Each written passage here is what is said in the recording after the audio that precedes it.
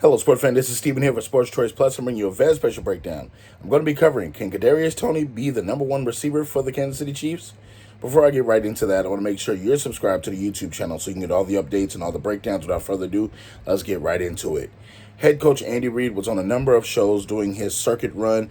Kansas City Chiefs, we know that they won the Super Bowl against the Philadelphia Eagles. We're seeing that training camp is starting to kick up.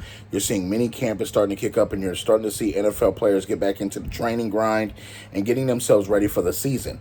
Kadarius Toney was traded last year, as we all know, from the New York Football Giants to the Chiefs in a relatively small deal, but we did see him put up respectable numbers essentially with the Kansas City Chiefs. And you got to think, with his skill set, they're touting him as a number one receiver. Think about this. Tyreek Hill, at his small size, with a lot of speed that he has, was a number one receiver for the Chiefs at one point. You got to think, Travis Kelce is your tight end, but you're talking about wide receiver core.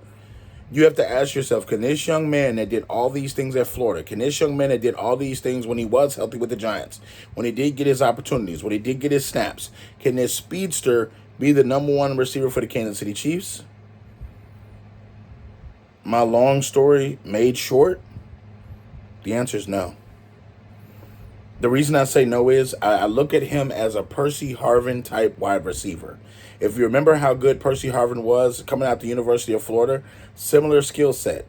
Not the biggest in the world, but has the speed to be able to change a football game. Has the ability to make cuts, to make quick decisions, quick hipped, and they flick their hips and then he's gone.